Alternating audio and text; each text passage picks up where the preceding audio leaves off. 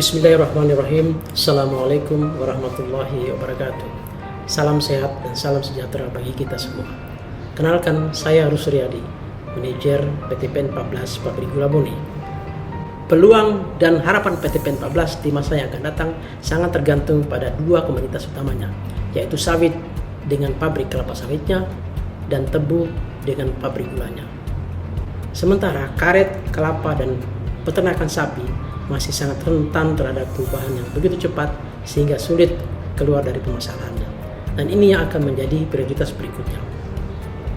Kebutuhan gula nasional kita saat ini masih sangat tinggi bila dibandingkan dengan produksi yang dihasilkan oleh sekian pabrik gula di seluruh Indonesia, yaitu sebanyak 6 juta ton, yang terdiri dari 2,9 juta ton gula konsumsi dan 3,2 juta ton untuk kebutuhan industri melalui pabrik gula rafinasinya. Kemudian, dari 2,9 juta ton ini, PT PEN hanya mampu menyumbang 1,2 juta ton. Selebihnya adalah dari pabrik gula swasta. Sementara kebutuhan gula di wilayah Indonesia Timur, Sulawesi, Maluku, Nusa Tenggara, dan Papua sebesar 120.000 ton. Sedangkan produksi gula yang dihasilkan oleh PG Bone, PG Caming, PG Takalar hanya 65.000 ton saja. Jadi masih sangat terbuka lebar peluang bagi pabrik gula Bone, Caming, dan Takalar. Produktivitas ketiga pabrik gula PT PEN 14 ini masih rendah dan jauh dari harapan. Inilah problem paling besar sekarang yang dihadapi oleh PT PEN 14 yang disebabkan oleh beberapa hal, antara lain kurangnya sarana dan prasarana alsintan serta infrastruktur yang tidak memadai, budidaya tebu yang masih perlu penyempurnaan, ketidakmampuan beradaptasi dengan iklim yang akhir-akhir ini cenderung berubah. Losis pabrik relatif masih tinggi akibat jam berhenti, kerusakan pabrik yang cukup banyak dan kompleks, hingga menyebabkan inefisiensi. Rendahnya kompetensi SDM di semua bidang, dan terjadi gap strata yang cukup jauh antara kaum milenial dan kaum kolonial akibat regenerasi yang sempat stagnan beberapa tahun yang lalu dan relatif lambat. Semua ini merupakan kendala sekaligus peluang bagi PT PEN 14 untuk bisa bangkit dari keterpurukan. Hal ini dapat dilihat dari profit yang tidak menggembirakan yang diikuti oleh cash flow PT PEN 14 yang kurang baik akhir-akhir ini.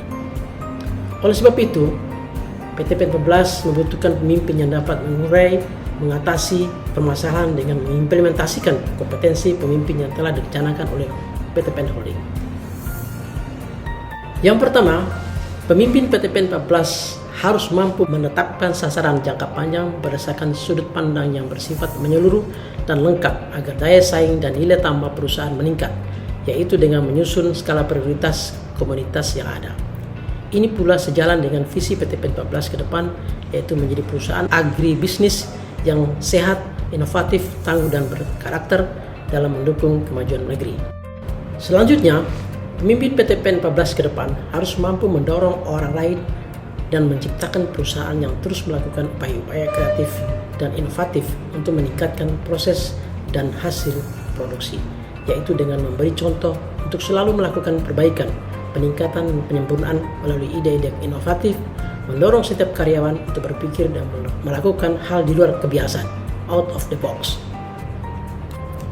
Setelah itu, pemimpin PT PEN 14 harus mampu mengelola, memanfaatkan keberagaman pemangku kepentingan, dalam hal ini karyawan, yaitu dengan menjalin kerjasama dengan pihak yang memiliki berbagai latar belakang, suku, budaya, dan tingkat strata yang berbeda-beda.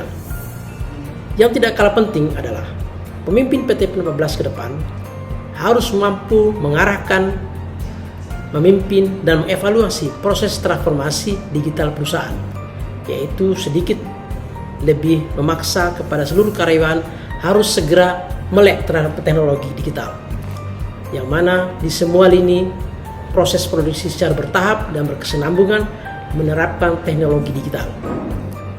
Demikian pula tantangan globalisasi di masa yang akan datang, yaitu dengan Internet of Things, IoT, bahwa internet nanti akan berinteraksi dengan tools yang ada di sekitar kita, mulai dari laptop komputer kita, ponsel, gadget, hingga ke peralatan elektronik lainnya, yang akan mampu meningkatkan efisiensi dan efektivitas dalam pengelolaan kegiatan kebun, baik on-farm maupun off-farm.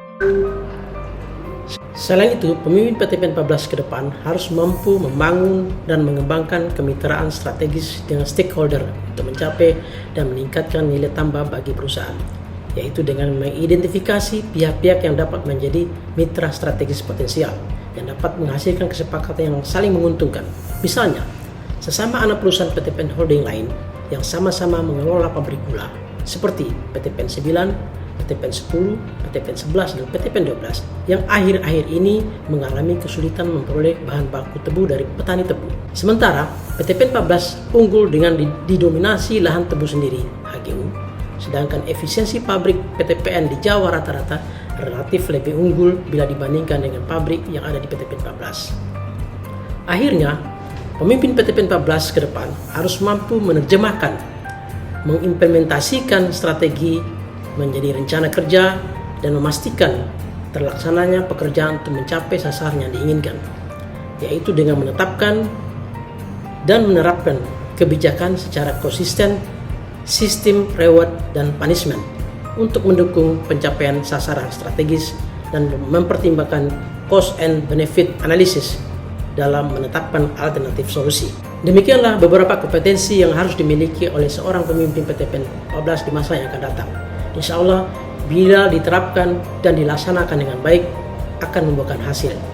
Sebagaimana pula core value akhlak BUMN yang telah dicanangkan, yaitu amanah, kompeten, harmonis, loyal, adaptif, dan kolaboratif.